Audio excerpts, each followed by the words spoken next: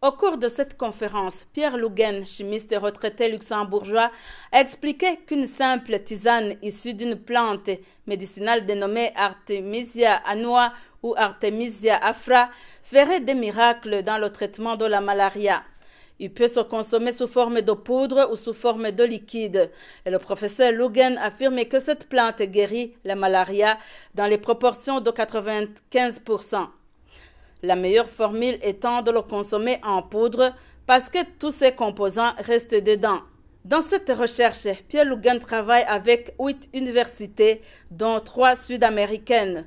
En Afrique, certains pays sont déjà sensibilisés et ont pris l'initiative de faire des recherches sur cette plante dans leurs universités. Citons entre autres l'université de Makelele en Ouganda, une université du Sénégal, une du Cameroun et l'université de Lubumbashi en RDC.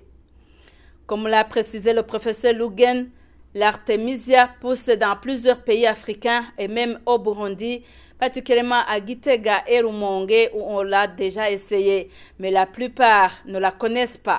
L'ONG Aluma a donc organisé cette conférence dans le but de sensibiliser la population burundaise sur l'importance de cultiver l'artémisia, mais aussi pour inviter le ministère de la Santé publique afin qu'ils s'investissent dans la recherche sur cette plante qui a plusieurs qualités médicinales.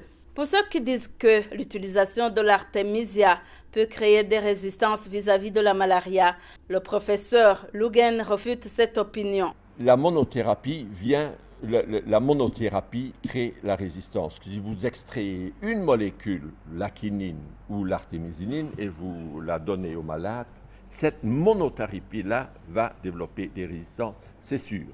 Mais si vous donnez la tisane, l'herbe, elle contient au moins 12, sinon 100, au moins 12 molécules qui sont efficaces contre le paludisme. Et ces 12 molécules font chacun jouer ce rôle. Si l'une ne marche plus, l'autre elles vont s'épauler. C'est comme une équipe de football, comme je dis.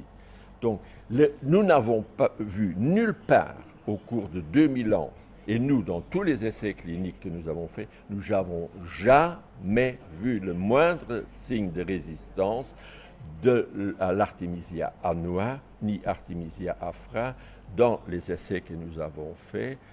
Aucun.